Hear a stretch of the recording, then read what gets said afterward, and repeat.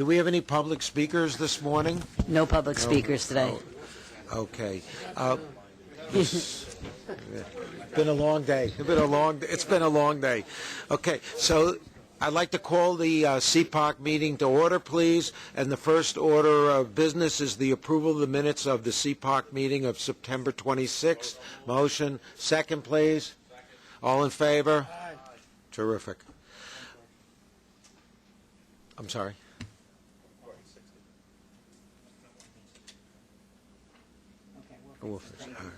Okay, thank you. Linda, why don't you go through the committee work plan, please? Okay, some minor changes to the work plan. We were going to have an update on track this month. It's a full agenda, and I've moved that update till next month. This month is focused around, largely around rolling stock issues. One other change is, as you remember, we had separated out some of the Eastside Access discussion from the other megas. So the other megas were going to come in November with Eastside Access in December. I put them all together. They'll all be discussed in December. That way it gives us more time next month to do the other work of the committee. Those are the only change. Well, you'll have it next month. Those are the only changes. The next item on our agenda is New York City Transit, the update on the Mother Clara Hale Depot. Sonia Jasing. Sonia?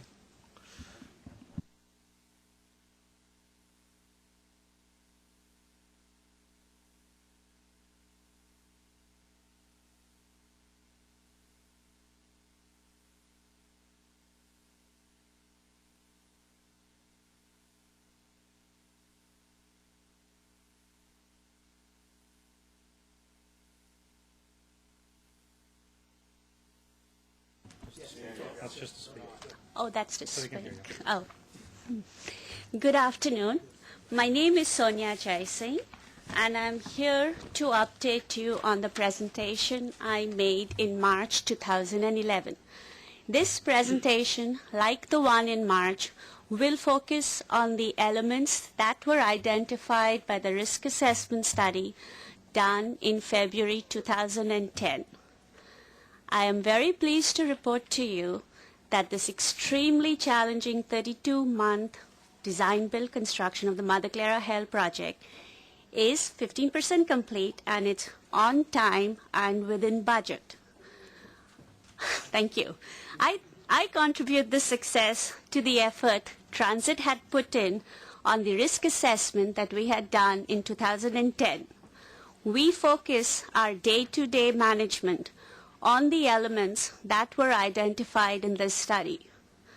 This will be our first depot, which will be LEED certified. Slide 2. The next slide. Scope changes. We have been doing very well on this. To this date, we have a net credit. This process of elevating it to senior management on major scope changes has worked very well. Our design process, our focused design presentations, our focused design on-board reviews has worked very well too. We have been able to sign off on many design packages, release it for construction so that we are on schedule. Next slide, please. We work very closely with the community. We have monthly meetings with the Mother Clara Hale Task Force, and I'm very proud to say that to date we have no major incident. This process we hope to continue till the end of construction. Commissioning. We have started the commissioning process. We expect the final commissioning plan to come in this month. Next slide, please. As you can see, we are 11 months post-award. We have met our major milestones. We have been on schedule. This is a very challenging project. The key to this project has and will be is the close coordination effort between design and construction. We are releasing small design packages whilst we haven't seen the overall design. We hope that this continues. We are 60% design complete, but 90% of the piles have been driven. Next. This is the old depot, which was demolished, and all demolition work completed in 2010. Next. This was what the site was starting 2011. Next. 60% of the design completed, 90% of the piles driven. We expect to complete the pile work in mid-November. Next. 45% of the pile caps completed, 30% of the foundation, exterior foundation wall completed. All this work will be completed in February 2012. We are going to start the structural steel work on January 2012, completed in 5 months. This is the rendering of the new depot we plan to give to Department of Buses in July 2013. Thank you.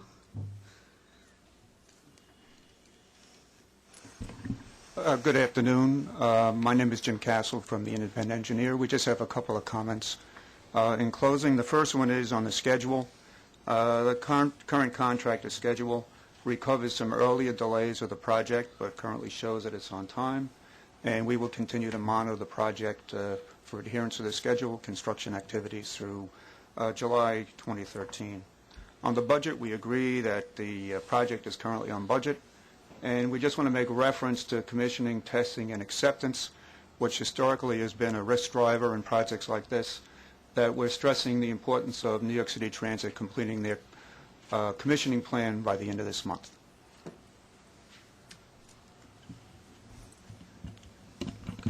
Any comments, any questions? This may be a little late in the day, but has any provision been made to in the construction to capture toxics, fuel oil that's spilled and the like, and store it before it hits the ground? We have a plan. We have the site safety plan where we have measures of that effect. I can forward it to you if you'd like. Would you do that, please? Definitely.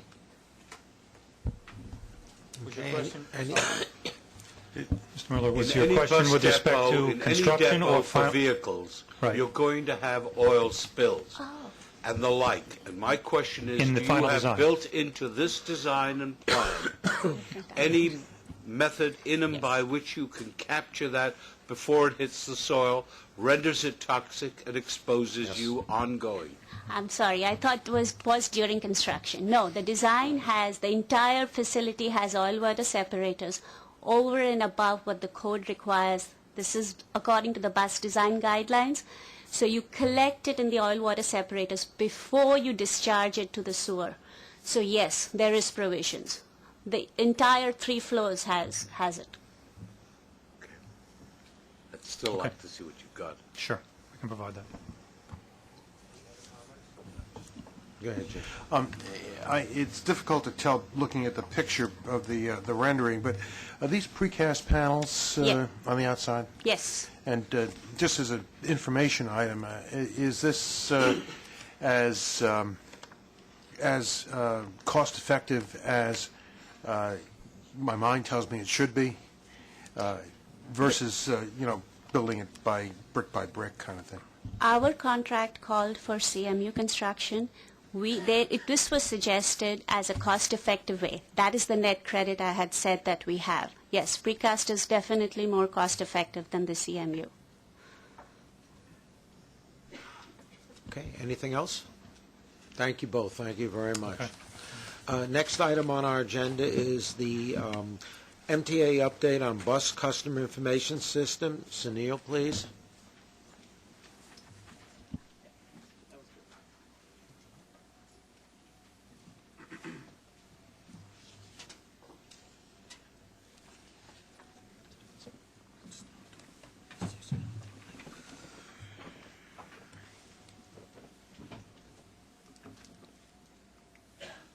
Need to make sure your microphone's on. Hello, everybody. My name is Sunil Nair. I am the project director of the Bus Customer Information Systems project, and I'm here to give you a quick update on MTA bus time. MTA Bus Time is a real-time customer information systems project designed and developed by the MTA that uses advanced GPS technology to give our customers accurate, real-time information on their next bus information using a variety of mobile as well as non-mobile devices. I'm happy to say that there is a high level of customer satisfaction with respect to the MTA Bus Time on the pilot route that we have launched the application and the program on. The pilot route is the B63 route in Brooklyn, and it's been running very well thus far. It's been running for about 6 months, and the progress has been very positive. At this point, we are on schedule to activate all of Staten Island, all 830 buses in Staten Island, by the end of this year. The project is also being delivered within budget. The allocated budget is around $31 million, and it's well within budget at this time. The citywide rollout of MTA Bus Time to all buses in the city is planned over 2012 and 2013.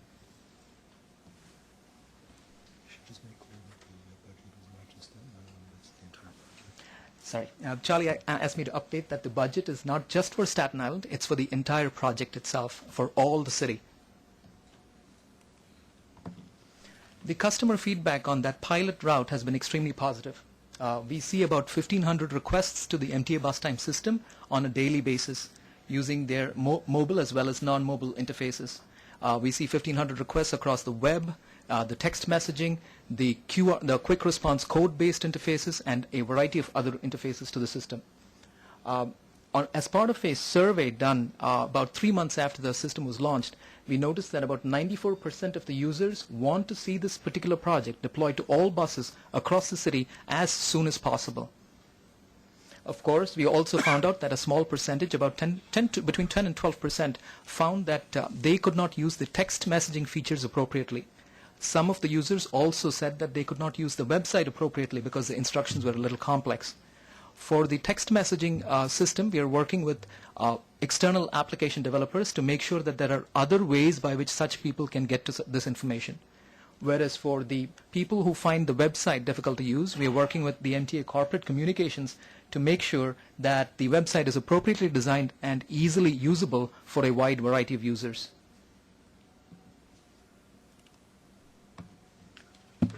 This slide talks about the deployment itself. At this point, we have gone ahead and awarded 3 contracts. The first one is for the actual on-bus hardware that goes on the buses itself.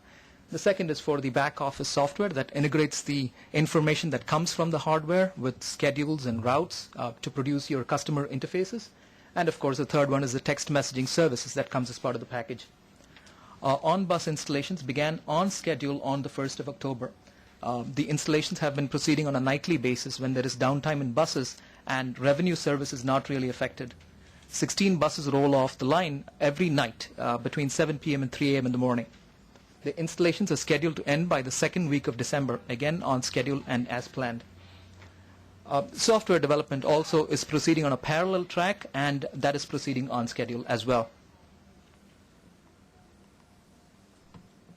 Our users in Staten Island will know that bus time is coming. There are multiple ways by which we are making sure that the MTA bus time users know that this is coming to their borough.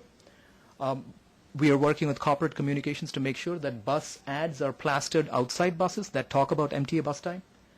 Teaser posters would appear on buses as well as off buses that talk about the system and the fact that this is coming in 1 week time before the actual deployment in January of 2012.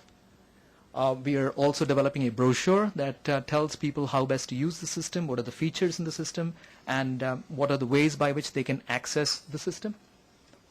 We are also working with New York City Transit operations planning to make sure that guider rides, these are the rectangular canisters installed at bus stops that tell our customers about their schedules. Guider rides are updated with the latest information of MTA bus time and ways by which they can access MTA bus time so that they can find out about the application. Corporate communications is also planning to develop a YouTube video that will tell our YouTube savvy customers the features of this application. The project is within budget at this time. Like I said, the 3 contracts, the on-bus hardware contract itself costs about $1.2 million, which includes 1,000 units of the hardware. It includes the installation services across 830 buses, which is the total number of buses in Staten Island. And of course, it includes the warranty and maintenance services for a period of 3 years. The software contract costs about $7.5 million. it supports MTA bus time for all the boroughs. So unlike the hardware contract, which is more Staten Island focused, the software contract essentially looks at the entire city. The software contract also takes into account the development of the software and 6-year hosting and maintenance services associated with the software. Text messaging services is another portion of this. The contract calls for text messaging infrastructure to be paid out at the rate of 1.35 cents to about 0.5 cents per message processed by the text messaging providers. The price, of course, decreases with the usage, and it's basically an operating cost. Well, really moving forward, we plan to complete Staten Island as planned by the end of the year and deploy MTA bus time to all buses, which is about 6,000 buses across the city during March or April of 2013. Thank you. That sounds very exciting. Terrific. Is there any comments, Mitch? Linda, do we have any plans to incorporate a system like this on the commuter rail system? So that I don't have to look down the road or the track any further? As I recollect, both commuter rails have signage with real-time information either underway or planned and budgeted. But looking to capital program management, Steve, do you know if that's the case? For the most part, that's the case, yes. So I can get back to you with what the schedule. We get a report on Sure. the schedule and the same aspect of it. Sure, we should have it. We hear from Transit about what they're doing in terms of countdown, and I will integrate the commuter rails into that discussion as well. And Staten Island Railway for my friend over there. Certainly. In addition to the inclusion with Long Island, but in terms of everybody, you were saying countdown at the station, but also web access so that you can Right. understand what this information is, so that you don't have to leave the house. Right. We'll check on that. We'll have that. We'll make the reporting across the family consistent in that regard. Okay. Thank you. Andrew? I'm going to display my ignorance of don't do it. We're going to stick together. Trust me, I'm there already. Could you just give me a little bit of an explanation on the 1.35 to half a penny message price? Who's paying that?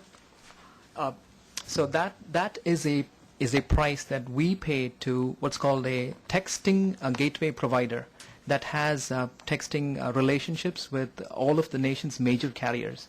So anytime a customer sends a text message to the MTA bus time system, the provider essentially sits in between the customer and the nation's wireless carriers, processes the message using the MTA bus time system, and displays the message back to the customer's phone in about 8 to 10 seconds. So we would be paying, the MTA would be paying that per message. How much do you think that would come to in a year, let's say? Right. Sorry, can you say it again? Sorry. What do you think it'll be costing us over a year, let's say? Currently, as part of Brooklyn, which is the B63 route, it has about 12,000 daily customers, and about, I would say, 10% of the customers use the system.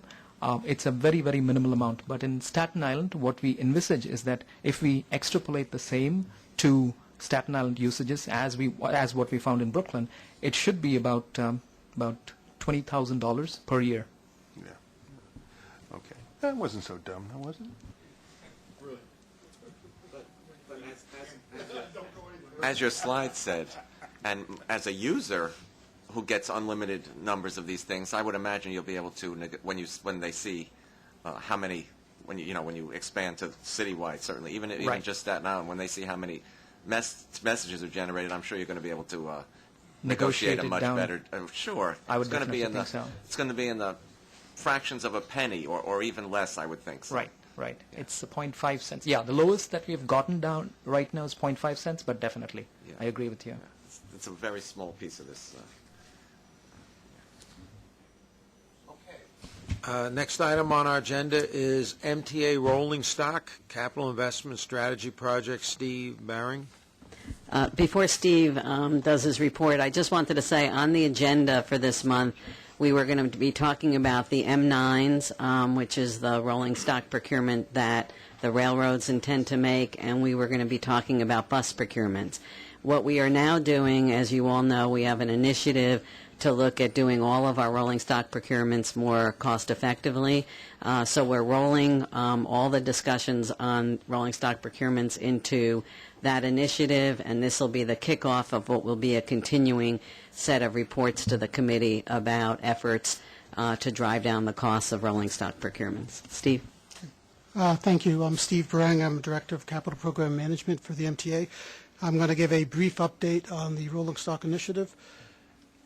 In the summer, we contracted with Oliver Wyman to develop strategies to reduce the cost of our procurements in rolling stock in the 10 to 14 capital program. We have targeted approximately $350 million of savings from the remaining subway, bus, and commuter rail coach procurements. Phase 1, which is complete, was an information gathering exercise designed to cut across all properties to inform our strategic path forward. Phase 2, which is currently underway, consists of a series of targeted quick wins or analytics for ongoing or imminent purchases, life cycle cost models, and knowledge transfer plans. And Phase 3, which is future, is going to be a series of targeted specialized task orders for ongoing or future MTA rolling stock procurements, which will be taken forward on a case-by-case basis based on the business case for each task order. Oliver Wyman in Phase 1 identified a series of improvement levers across the various agencies in planning, engineering, operations, maintenance, etc. These are all designed to be pulled or utilized in various procurements where appropriate to save money. These include analyzing fleet demand, identifying life cycle trade-offs between CapEx and OpEx, broadening our supplier base, the idea being more suppliers mean more competition, which saves us money, enhancing specifications and providing procurement support, and increasing the involvement of the suppliers in generating ideas that lead to cost savings. Phase 2 activities which are underway will cut across all of the current procurements, which include the R179, which is in a BAFO stage, so there will be very limited opportunities for applications of these levers. The R188, which is a purchase option on our pre-existing order, which means that the fewer of the levers will be able to be pulled, but we expect to be able to use negotiation support and life cycle cost models. CNG bus procurement for MTA, which is an active procurement, and we're using BAFO and negotiation support levers there. The express bus procurement for New York City Transit, which is yet to come, yet to start, so we expect to be able to apply all the levers to that procurement. And the M9 rail car procurement for Long Island Railroad, which, because it's in the pre-RFP stage, we expect to apply many of the levers to that purchase as well. The deliverables across all of these procurements will be providing BAFO support, generating and use of life cycle cost models, supporting the procurement process, generating cost savings initiatives, and development and application of a knowledge transfer plan that will help embed in the MTA best practices that Oliver Wyman is sharing with us through this initiative. That concludes the update on where we are today. I have 3 areas of question for you, if I may.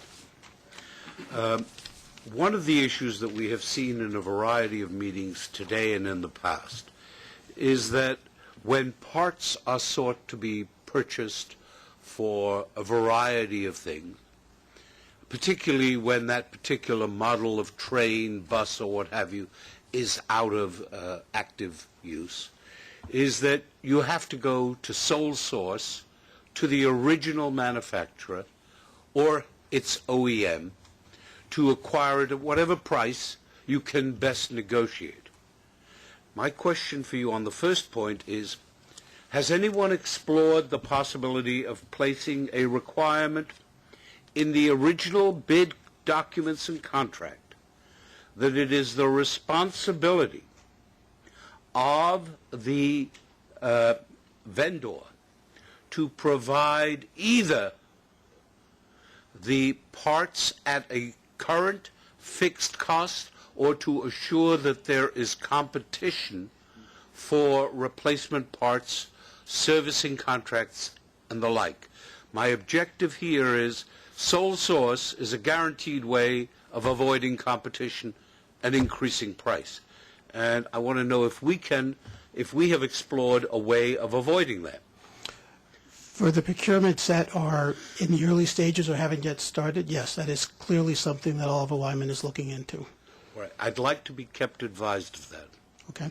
Secondly, has anyone, to the best of your knowledge, over the past, say, 3 years, other than Kawasaki, provided trains to Metro North or Bombardier subway trains to New York City Transit?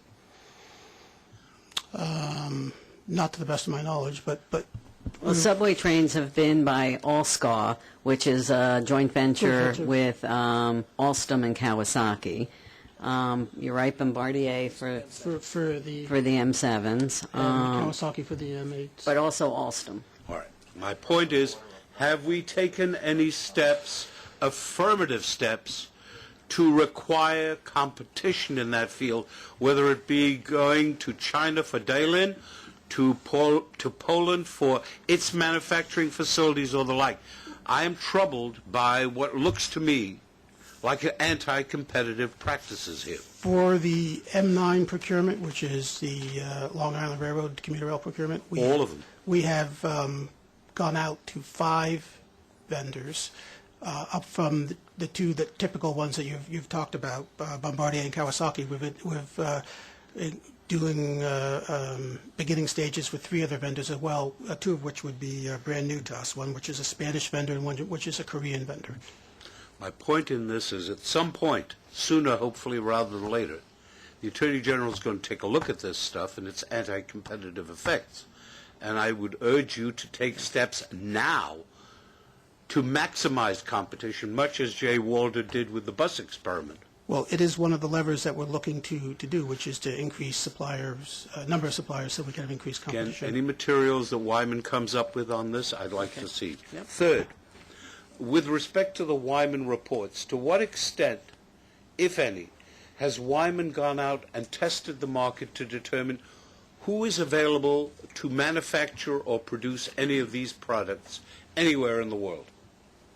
Well, Oliver Wyman is an international company, and so they are involved in rolling stock procurements either from the transit property side or from the manufacturer side around the world. So they come to this project with a sense of what the market is and what it can deliver. So hopefully not with a conflict as well. No, they're very clear on that. But they have a clear understanding of what the market can offer, and they're pushing the envelope for us to expand our supplier base.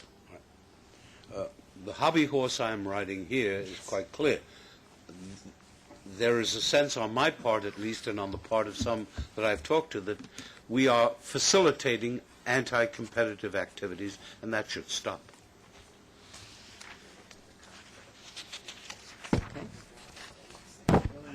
The other thing I would add is I don't know whether Wyman is doing this in the context of this contract, but obviously New York State content of these facilities is very, very important to us.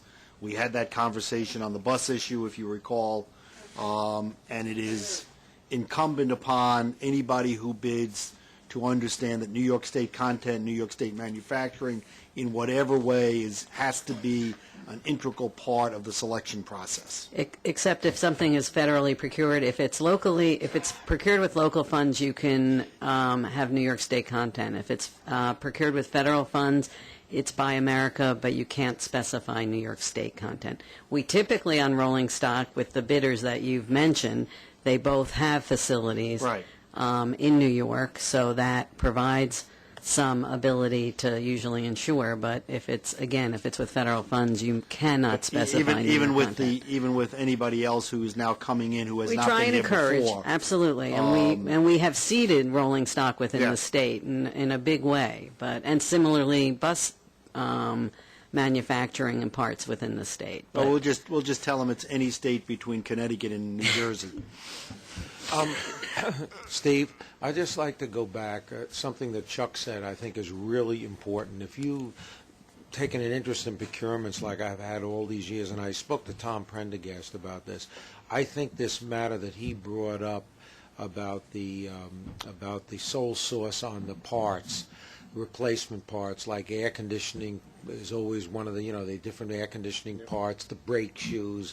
I know exactly what Chuck's talking about. I think that we should not be giving out one order in this place on these rolling stock unless that is absolutely part of the contract. I think over the years we have spent so much money. What you can do is get a great deal on the rolling stock. But remember, this stuff's going to be around, 30, 40 years, hopefully even more. Some of the stuff we have is, 50 years old.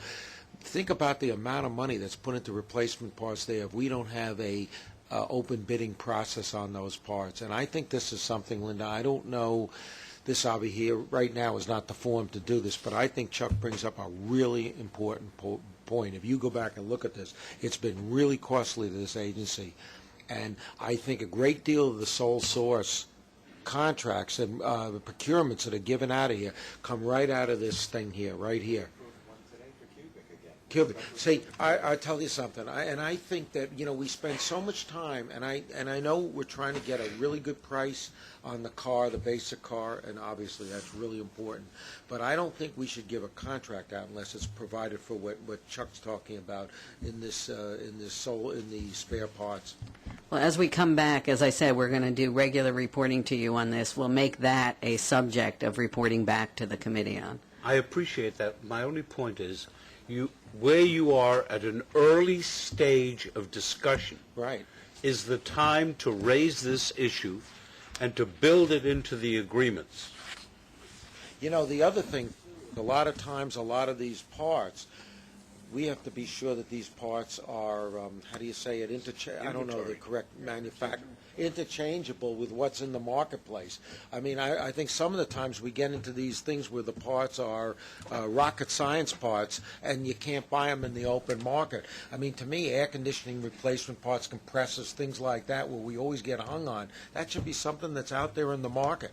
And that's part of one of the tasks here is looking at the specifications. Okay, we're spending all this money. What's it, Linda? Wyman? Oliver Wyman. Oh, Wyman. Okay, these people, that's their business. Right. And we should make sure that this is one of the things that are right on top of their... Yep. And part of that as well is where they are providing proprietary parts in it, so that at the end of the day, there may be other parts available, but they have a proprietary or other ownership right that bars you from buying it. Right. We've got to look at that at the beginning.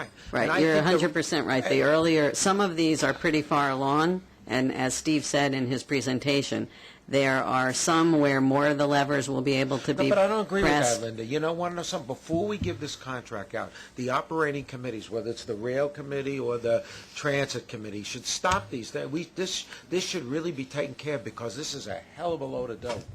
Over 30, 40, over the lifetime of the product. See, I don't think we're that far along unless we've really given out the order that we can't go back when we're spending $750 million. That's a lot of money. Linda, you can tell them that ornery guy Myrtle is going to vote no. No, I think this should be really looked at. We'll come back. On the procurements, we'll talk to you about it. On some where you're at the stage of nearly BAFO, it will be very hard. But we will push this as hard as we can, and we'll come back and talk to you about what we're able to do. Then you want to know something? You should stop it. Frankly, I would stop the dawn order, and if it takes another month or two, let's do it right. I think it's very important. Big bucks here. I'd just like to add that this is a perfect segue into the next presentation. The folks that are going to be talking about reliability-centered maintenance are the ones that deal with these issues over the life cycle of a project in terms of the availability of the manufacturers or the OEM components Okay, so or having to supply elsewhere. Steve, thank you very much. Okay, next group, John and Daniel, please.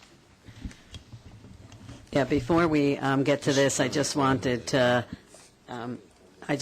remind the committee that you may remember we did a presentation on reliability-centered maintenance several months ago. It was probably 8 or 9 months.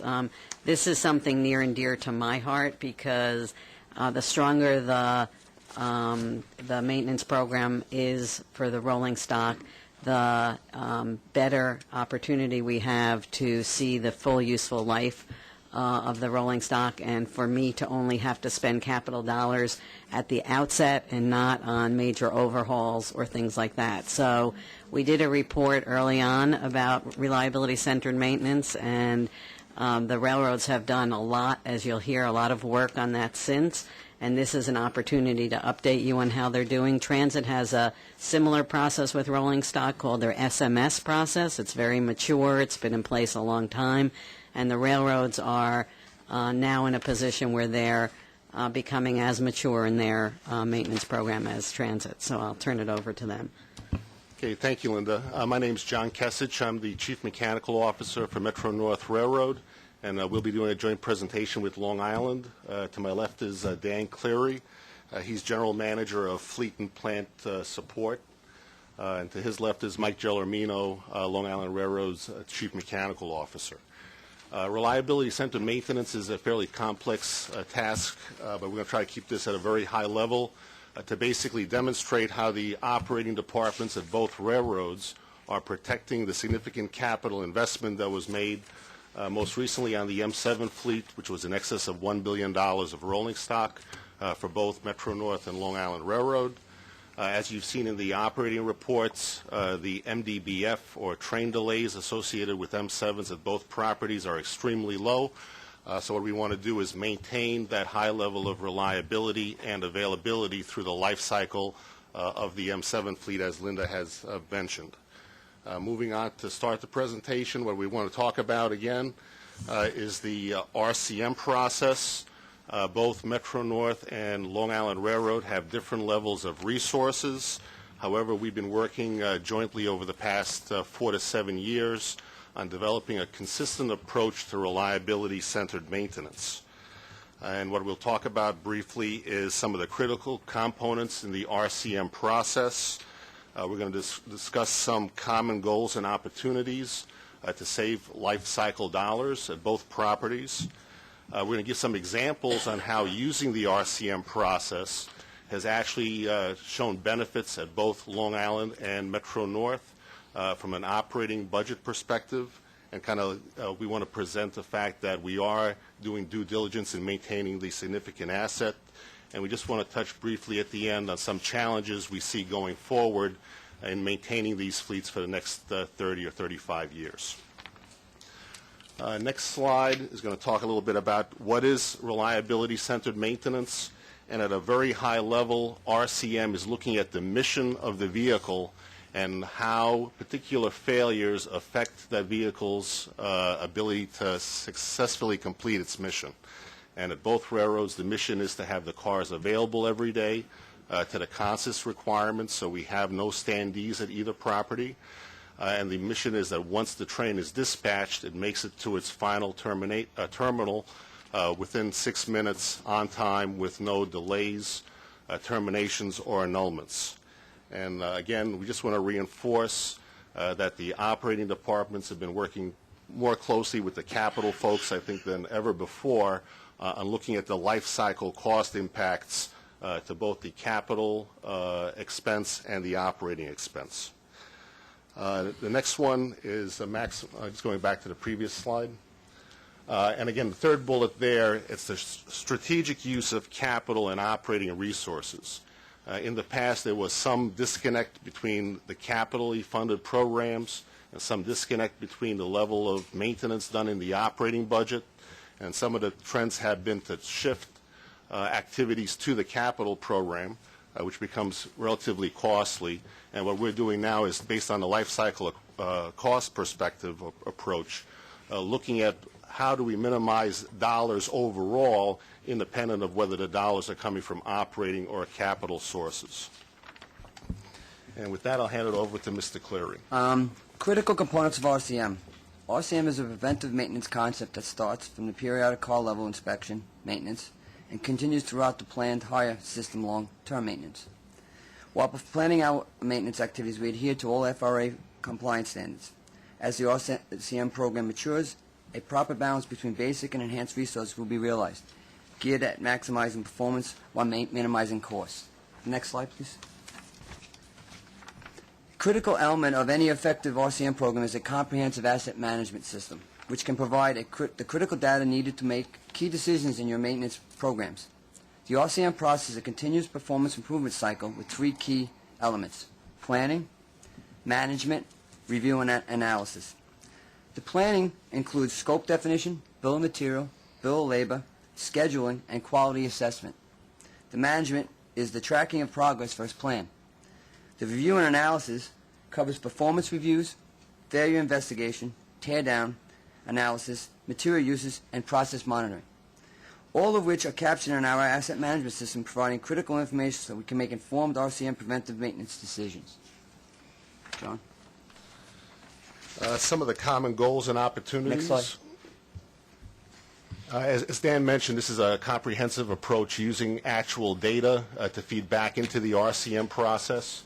One of the benefits Metro-North has had is Long Island Railroad's M7 cars came approximately 3 years, or started coming approximately 3 years before Metro-North received its cars. So the Long Island fleet is about 3 years older than Metro-North's. With that, Metro-North was able to glean benefits from the Long Island Railroad's activities. So one of the things you might see or ask is, are the programs identical? And the answer is no. And that's because of two main issues. One is how we actually procured the fleets from a timeline perspective, as well as how they're being operated on different infrastructures and with different availability of facility resources. One of the things the RCM program does is it does ongoing life exploration. Just because we start changing a component once every 3 years, it doesn't lock us into that cycle. We actually evaluate through the information gathering process what the failure rates of those components are, and we make a decision on whether that 3-year period is too short or too long, and we adjust accordingly. It's basically a process through which we use the smart allocation of dollars when needed to achieve the objective. With that, we have internal and external reports that we look at the effectiveness of our maintenance programs. We report every month on MDBF and car availability. And internally, we also look at what it costs us to maintain the different fleets. There's been an ongoing official Long Island Railroad Metro-North Joint RCM Task Force. That's been in existence for about 3 years. Prior to that, there was a more informal relationship between the two railroads where we exchanged information on a casual basis. But with the Making Every Dollar Count initiative and the significant financial constraints we faced, we started working more closely together than ever before. Some of the tools we use now that we didn't use in the past are condition monitoring systems, where we actually capture objective data through the use of ride quality meters, vibration analyzers, and some acoustical bearing testers. In the past, we might have used the kind of the mechanics approach to say, this is what we see, this is what we believe it is. Most of the times we made the right decisions. Sometimes we might have been a little bit off base. And by using some of these more refined tools, we increase the probability of our success. And the last and probably most important thing are design modifications. As was mentioned earlier, a lot of these systems are sole source and proprietary. That's basically driven by the highly integrated nature of how the new electronics technologies are built and sold today across the world. Sometimes we find those components might not be as reliable as we need them to be. And then with our in-house engineering resources, sometimes supplemented by consultants as needed, we go to review whether those components can be redesigned and modified to better suit our use of that component. And a lot of these in-house re-engineered components gradually do get us out of the sole source issue, but nowhere near the level that we need to be. Long Island Railroad RCM program effectiveness. The early effectiveness of the LAR RCM program can be measured in the optimization of intervals from the maintenance allocation charts provided by the car builder and the major OEMs. This optimization has not adversely affected the M7 performance. Fleet performance measurements continue to exceed operational and availability goals. In 2010, MDBF goal was 200K. The actual was 240K. In 2011, MDBF goal was increased to 350K, and through September we're about 459K. The average 2010 availability for cars was 886 with an average requirement of 861. And in 2011, the availability was averaged around 885 with a requirement of 852. This chart reflects systems where MAC intervals have been changed due to RCM methodology and process utilized on the slide, on the prior slide in 6, with the goals and opportunities. To maximize our program's effectiveness, we needed to incorporate RCM work scope requirements into a 92-day periodic inspection scheduling, utilizing the efficient use of shop capacity. What the next slide will show is how Metro North has achieved some benefits through the implementation of the RCM process. The first two items basically affect the operating budget. Over the last 10 years, Metro North has reduced the amount of labor required to maintain its fleets by about 9.7%, and that reflects back into an annual savings of $17 million saved. Last year, with a significant initiative to reduce cash flow in both material purchases and inventory, between the mechanical department and procurement and material management working together, we saved a one-time amount of $24 million. How'd you reduce the fleet labor requirements? From a fleet labor requirements at Metro North, when we increased our fleet sizes, we basically did not increase our headcount accordingly. So as the fleets got larger and our headcount remained constant, that's where the actual savings came from. And yet the reports that we got this morning showed that a primary cause of delay in trains is the equipment maintenance. So have you, by reducing the number of people working on it, increased the delay factor? Not at Metro North, and I don't really understand the connection from this morning as far as maintenance being a major factor in train delays, but I believe some of that might have changed over the recent past with equipment no longer being a primary contributor.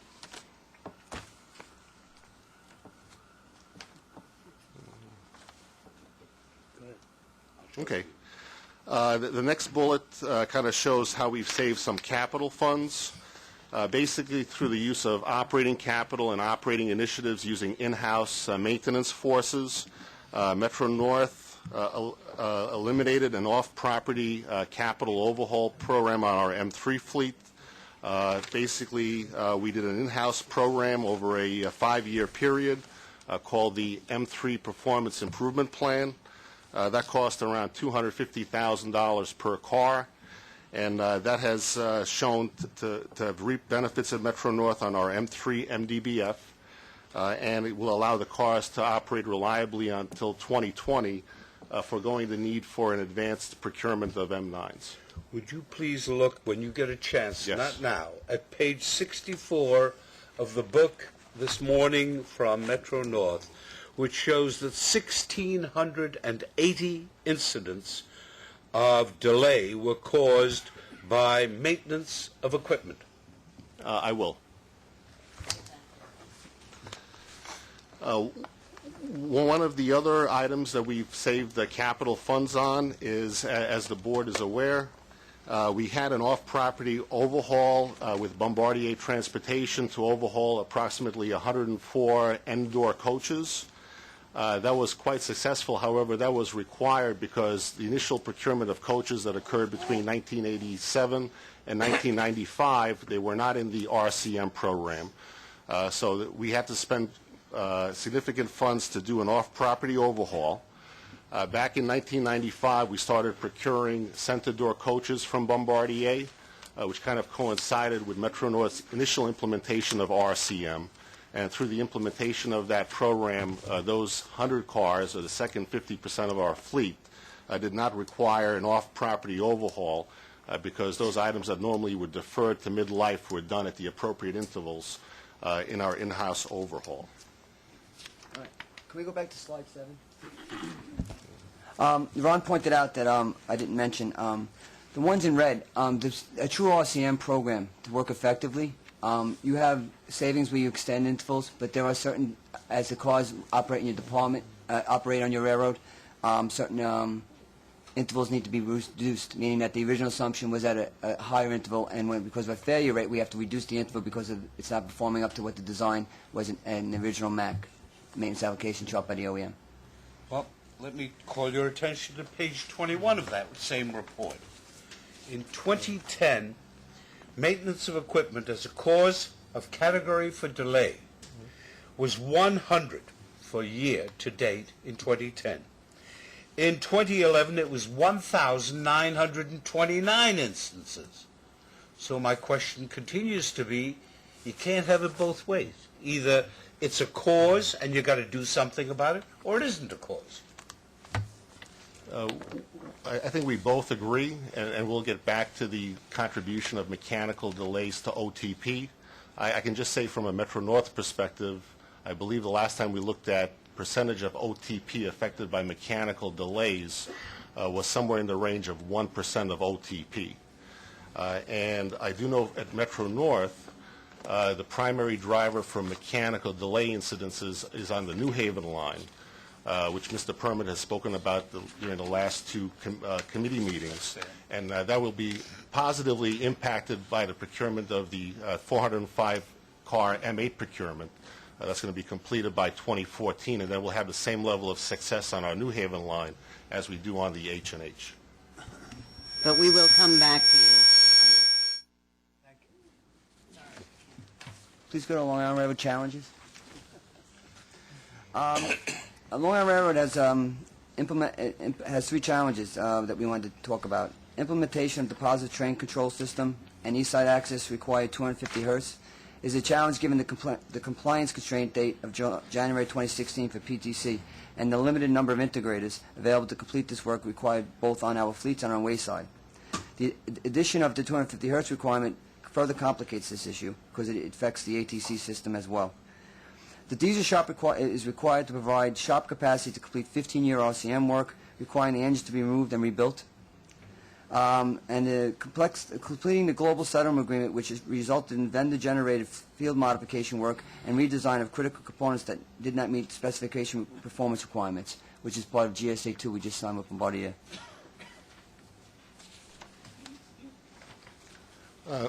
Metro North challenges are a little bit more substantive than Long Island's because of the significant differences in our resources. As Howard had mentioned this morning, we did win the Brunel Award for the new coach and locomotive shops. However, we still have to replace the old EMU shop, which is in the next capital plan. That's required basically to support higher levels of RCM on the M7 fleets, those 10-year and 15-year items that are required to be performed. In the interim, we have transferred our M7 fleet into the new coach facility. So we're using those more modern resources currently to satisfy that requirement. However, as the coaches require that higher level of work, the new EMU shop becomes a gating item at Metro North. Similarly, with the New Haven fleet being replaced with M8s, CDOT has committed to a New Haven master plan to provide the required facilities for the life cycle maintenance of the M8s. Currently, Metro North has been working hand in hand with CDOT to ensure that that occurs. Right now, we just need to make sure that the new component changeout shop is actually available for our use in 2014, when we plan to proactively start the M8 5-year process, which is the first high-level M8 RCM activity. An item that Dan Cleary spoke about earlier is the importance of information systems to gather the required information for us to make solid judgments on what maintenance is required. Again, here, Long Island Railroad had a Maximo upgrade last year, and Metro North is looking to see what type of asset management system would be beneficial for use on our property going forward in the future. And some of this has some synergy with activities currently occurring at New York City Transit. And our last challenge is implementing PTC. We all have a significant challenge to implement PTC on all our rolling stock fleets by December 31st, 2015. And our implementation is much more challenging than some of those on the freight properties. So again, the operating departments are working with the capital program to try to move that process along as smoothly as possible, amongst the other activities we perform. Can I ask a question on that last piece? The positive train control, am I to assume it is easier to build it on a car that has not been built than to retrofit it on the car that has already been built? I would assume that. Absolutely. So therefore, are we including in our new bid specs for both the PTC as part of the bid specs? Yes. So that we don't have to go back and do it again? Yeah, for example, at Metro North, with the M8 procurement, knowing this was on the horizon, we actually had PTC part of that procurement. So we do have a majority of the systems on board the M8s. However, since the system was not fully developed, there are some additional work we do need to do on the M8 fleets once the design is finalized, but that will greatly assist us on the New Haven side of the But it will railroad. be significantly less than if we didn't do it at all. Absolutely. And we're doing the same on the M9s. Okay, and on to the next slide, which are comments from the IEC. Good afternoon. My name is Jerry Gardovitz. As shown here, these are our comments, and basically, we feel that the program is sound at this point, and the railroads are following it. So if you have any questions, that's where our position is at this point. Thank you very much. Okay, Thanks thank for your you for your report. time. Thank you for coming. You're welcome. Okay, so the next item on our agenda is the quarterly update on MWDBE participation. Mike Garner, please. Thank you, Chairman. So I'm tasked with giving you a quick overview of the MWBE contract awards for the first 3 quarters of this month, with our goals being a total of 17% DBE, 10% MBE, and 5% of WBE. On tab 5 in your handout books.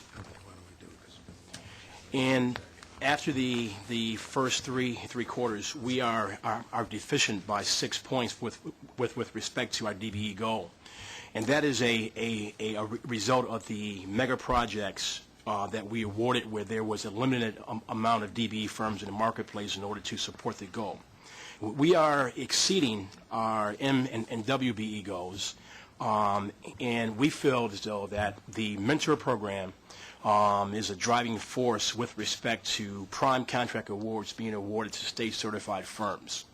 Ron and I, we are in conversations right now and asking the FTA to give us the right to create a mentor program for our FTA-funded projects. We feel that in order to increase contract awards to these firms who have been historically shut out, is that we are going to have to change the way that we do business, first of all. Secondly, we are going to have to bring in programs that's going to allow us to migrate these firms into the mainstream. What do I mean? Debundling larger projects so these firms can bid on as prime contractors. Having a training program to train these contractors how to become better contractors, but also how to become better business people. Having a surety bonding program, and I want to thank the board for approving our OSIP award, our OSIP contract with Willis at the last board meeting, because in that scope of services, Willis is going to assist us in obtaining surety bonding for these firms as well. And finally, just basically ensuring that we have contracts that these firms can in fact bid on.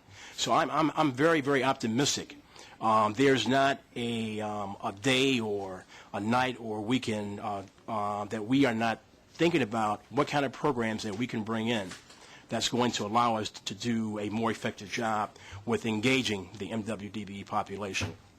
Let me just give you a quick overview of year 2 in the mentor program. This year in the mentor program, we are going to award $16.4 million or 31 contracts in prime contract awards, and we believe that a large portion of these contracts are going to be awarded to our MW and DBE population. During this year, three contracts have been awarded for $1.7 million. Two of those contracts have been awarded to state-certified firms, totaling $1.1 million. And three projects are currently in the pipeline as we speak right now. In our loan program, one loan has in fact been awarded. 3 loans are currently being processed right now as we speak. And yes, the one loan that has been awarded has been paid back in full. Thank you. If we took out the mega projects, what are the percentages? Do we meet the goals absent the mega projects? Well, if you look at the first 2 quarters, right? After quarter 1, it was 18%. Right. Quarter 2, it was 16%. In the third quarter, when the mega project was awarded for $301 million, that's when we saw the overall number go down for this fiscal year. So we're at 11% now, counting the megas. Yes. And our goal was 17%. Do we assume we might make it up the last quarter? I'm hopeful. Okay. I'm hopeful. Okay. I'm trying to understand this. If you look at the finance book at page X66, for the real estate Greystone contract that was let, there was a goal of 10% MBE and 5% WBE. Yes. How do you enforce that? We enforce it by my managers. The same manager who established the goal is charged with monitoring the contract throughout the life of the goal. If, in fact, that we feel as though that the goal is not going to be met, we call the agency in, we call the vendor in, and we ask them for an action plan as to how they're going to get back on track. How many times have you had to do that in the past year? Numerous times.